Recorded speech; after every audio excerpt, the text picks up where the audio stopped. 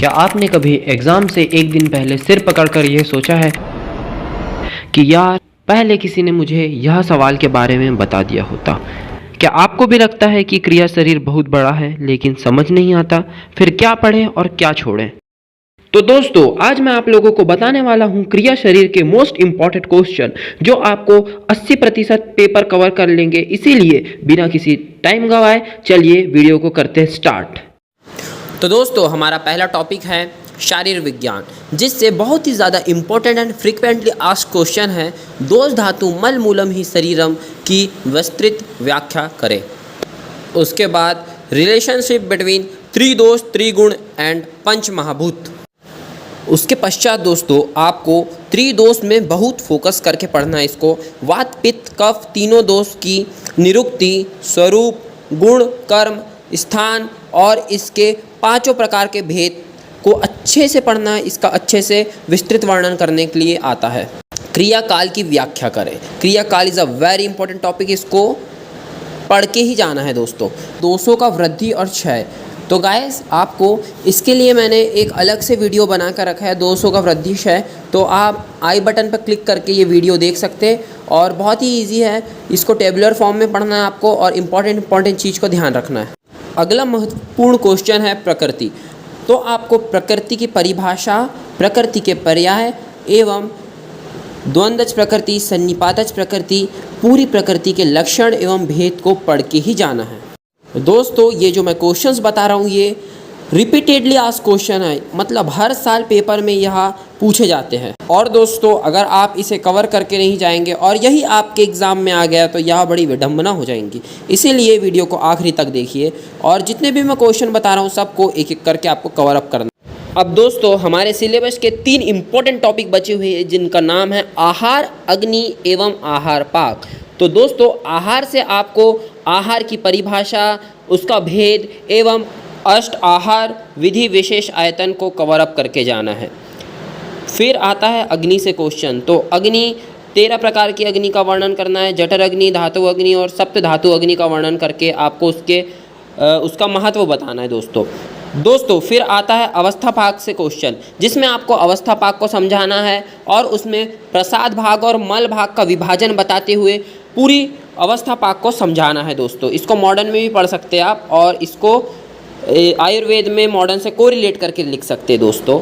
फिर आखिरी क्वेश्चन है एलक्यू का, वो है लोक पुरुष साम्यता का विस्तृत वर्णन करना है। तो दोस्तों, यहाँ पे हमारे एलक्यू के टॉपिक कवर अप होते हैं। दोस्तों, अगर आप मेरी वीडियो यहाँ तक देख लिया है तो प्लीज़ चैनल को सब्सक्राइब करना मत भूलना। अब बात करते हैं एसएक्यू के टॉपिक। तो एसएक्यू में दोस्तों जो अपने सिलेबस में पहला पॉइंट दिया है ना शारीर करके, तो उसको पूरा कवर अप करके जाना है। सबसे पहला क्वेश्चन उसी से आता है, ठीक है। इसके बाद आपको त्रिदोष, त्रिगुण और पंच महाभूत का संबंध जो इसके पहले हमने डिस्कस करें उसको अच्छे से पढ़ना है। उसके बाद आपको चतुर्विंशति पुरुष, षट धातुज पुरुष और एक धातुज पुरुष को अच्छे से पढ़ना है, ओके। वात दोष के पांचों जो भेद है उसको बहुत अच्छे से कवर अप करना है। उसके स्थान को और उसके कर्म को अच्छे से पढ़ना है दोस्तों। फिर उसके बाद वैसे ही पित्त और कफ दोष को भी कवर अप करोगे आप अच्छे से, ओके। ये बात करें हमने शारीरिक दोष के बारे में। अब हम बात करते हैं सत्व, रज और तम, जो कि एक मानसिक दोष है। तो आपको सत्व, रज और तम मानस प्रकृति को पढ़ना है।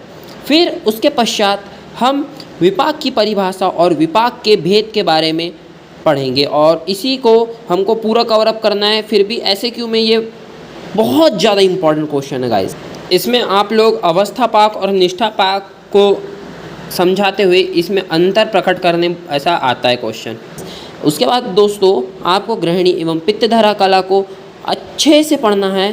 तत्पश्चात आपको एक अच्छ पित्त करके टॉपिक दिया हुआ है, उसको भी कवर अप करना है।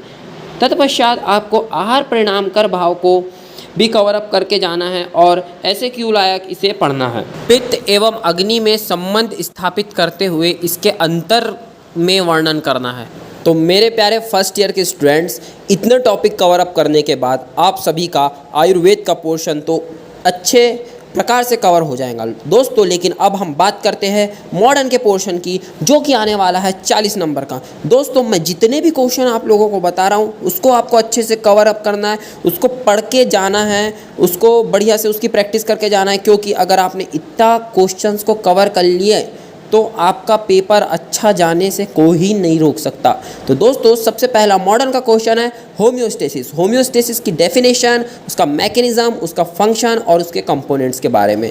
फिर दूसरा क्वेश्चन है दोस्तों, आपको प्रोटीन, फैट और कार्बोहाइड्रेट अच्छे से पढ़ के जाना है गाइस।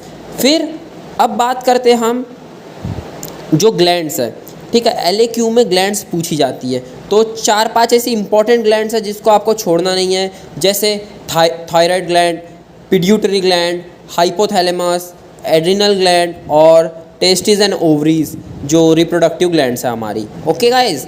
फिर उसके बाद सेकेंड टॉपिक है रेस्पायरेशन। तो रेस्पायरेशन का मैकेनिज्म, उसका रेगुलेशन ऑफ रेस्पायरेशन, ठीक है, वो एक चार्ट आता है, उसको पूरा अच्छे से पढ़ना है अपन को। फिर उसके बाद आता है दोस्तों नर्वस सिस्टम। नर्वस सिस्टम अगर आप पढ़ने जाएंगे तो इन गैप के दिनों में सिर्फ आपका नर्वस सिस्टम ही कंप्लीट होगा, लेकिन आपको डिफरेंट पार्ट्स जो है नर्वस सिस्टम में, डिफरेंट जैसे ब्रेन, सेरिब्रम, सेरिबेरम, उसके फंक्शंस को पढ़ लेना है, ठीक है, डिफरेंट पार्ट के फंक्शंस, ब्रेन के फंक्शंस, ठीक है, स्पाइनल कॉर्ड के फंक्शंस, ये सब के फंक्शंस को कवर अप करना है गाइस। फिर उसके बाद फिजियोलॉजी ऑफ स्लीप आता है और फिजियोलॉजी ऑफ स्पीच आता है, ठीक है, इन दोनों को कवर अप करके जाना है।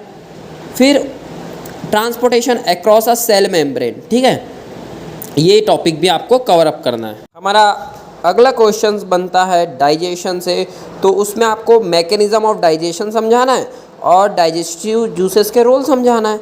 एक और इम्पॉर्टेंट क्वेश्चन है जो कि है हाइपोक्सिया, ठीक है, type and different type of एक्सपेक्सिया समझाना है।